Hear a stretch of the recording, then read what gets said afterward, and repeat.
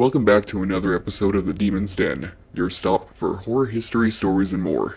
I'm your host Hex, and in this episode we will discuss the bonds of death. By that, I mean what happens when someone close to you passes on, but you still feel their energy. It mostly happens on the day of the passing, or even sometimes on the funeral date. While some people report to have their loved ones visit them in a dream, others report to have an energy visit them in their homes. I've personally had this happen, and strangely enough, it was my first ever memory. This phenomenon continues to happen, but why? Are our loved ones paying us one last visit before moving on to the next plane of being? Or is our grief just manifesting itself into a comforting vision so that we can move on? Well, let's get into it.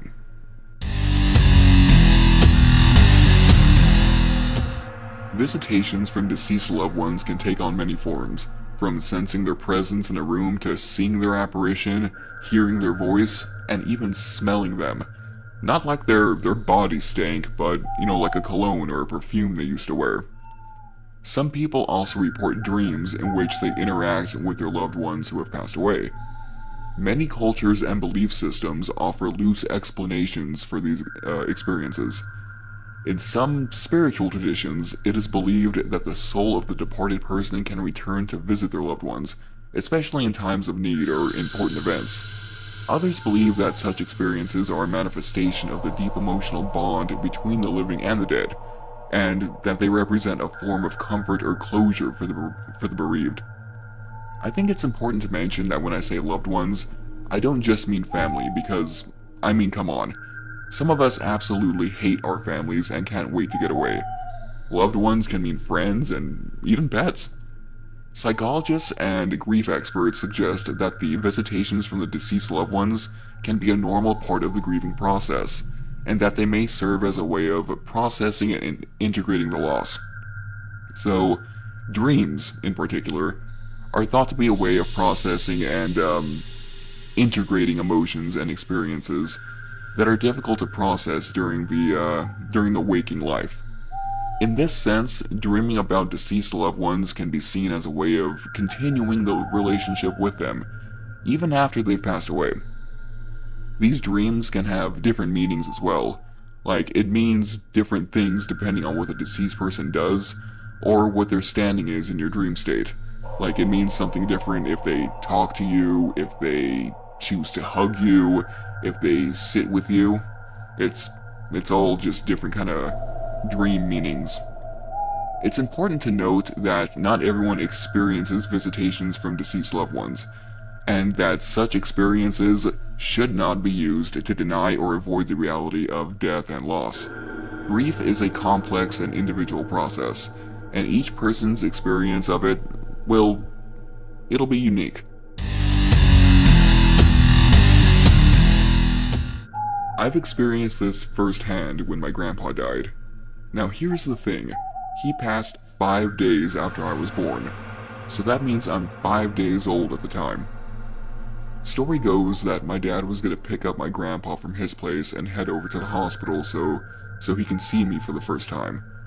Unfortunately, he passed the night before of a heart attack, I believe. Now, here's where it gets in.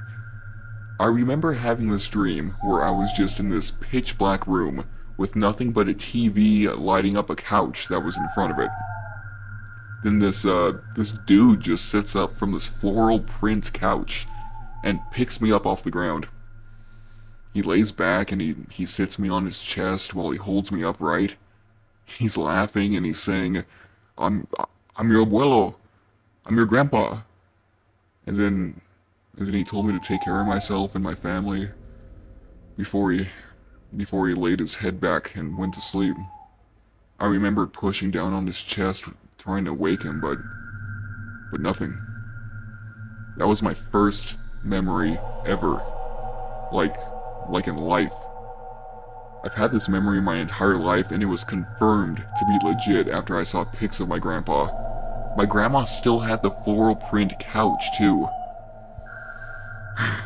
Yeah, I'm sorry. I always get a little emotional when I remember this. My girlfriend just had her grandmother pass a week ago. This past weekend was the funeral. Now, I wouldn't call them close, which is why I'm wondering why she decided to visit us at our home this past weekend. From what I know, she was a sweet old woman that mostly kept to herself. She would rifle through items like in the kitchen junk drawer or even in other people's rooms. Bit of a nosy one, I guess. Anyway, while I was downstairs in the kitchen and she was upstairs, she heard someone in the next room.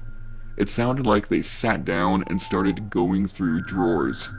She, of course, was a little freaked out, because there was only 2 people in the home at the time, and I was downstairs, and she was upstairs. It's important to note that we have never had anything supernatural happen in our home. Sure, we've had some straight-up demonic neighbors, but that's it. I was frying up some hamburgers and listening to music, so I didn't hear any of what was happening. This went on for a while before she came downstairs too. My grandma passed away from COVID back in 2020. My dad thought it was a brilliant idea to call me while I was working a graveyard shift to tell me. I don't know why he couldn't wait to tell me. Like, dude, I know it's heartbreaking, but graveyard sucks enough. That info made graveyard double suck. I cried, I grieved, time went on. Exactly 1 year later, my family and I went out to eat. We were passing our phones around and showing each other pics and vids while we waited for our food. My dad stops and he starts to reminisce about his mom. I'm guessing a pic that he saw on the phone reminded him of her. He just starts going off, oh, well, look at this time in high school, and this time over at the ice cream shop. And nah, he doesn't sound like that. You know, I think every dad sounds like Hank Hill. Anyway, just then the hanging lamp that was above the booth that we were sitting in starts to sway around kind of hard. I looked around to see if there was a vent nearby or a ceiling fan or something, but there was nothing that could have been knocking around this lamp that hard. I was losing it. The lamp was moving just as he began to tell stories about her. No other lamps were swinging either. You know what, it may sound crazy, but I like to think that she was there with us, having dinner with us, for her 1 year... well, 1 year without her.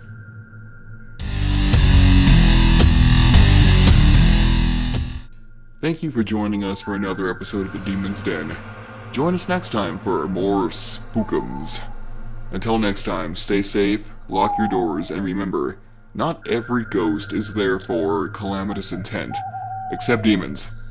Demons suck. Not me, though. I'm cool.